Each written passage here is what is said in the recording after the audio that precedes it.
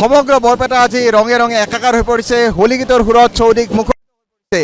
বৰপেটা 5 দিনীয়া দৌল উৎসৱৰ আজি সুঁৱেৰ ফাকুৱা উৎসৱ আৰু ইয়াকে লৈ সমগ্ৰ বৰপেটাত আজি আকাশ বতাহ ৰঙেৰে ৰঙীন হৈ পৰিছে।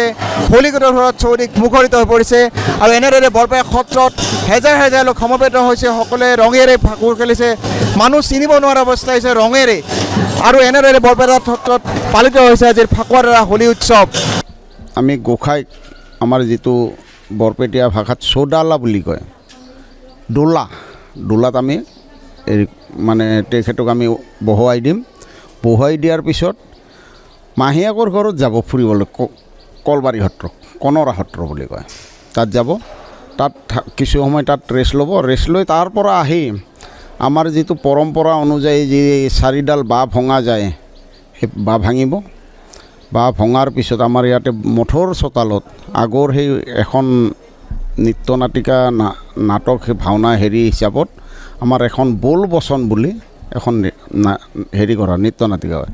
তাৰপিছত আমাৰ ইয়াতে গোটেই কীৰ্তন ঘৰৰ ভিতৰত চাৰিওফালে বাহিৰত চাৰিওফালে 7 পাক ঘূৰাব। 7 পাক ঘূৰাই সেই নাটকখনো শেষ হ'ব আৰু গোসাঁইও ভিতৰত সোমাই যাব। এনেদৰে সকলোৱে ৰঙীন হৈ পৰিছে বৰপেটাত। আজি ইয়াত কোনো ভেদভাৱ নাই, সকলোৱে একাকাৰ হৈ পৰিছে, ৰঙে ৰঙে একাকাৰ হৈ পৰিছে। বৰপেটা হোলী গীতৰ চৌদিশ মুখৰিত হৈ পৰিছে।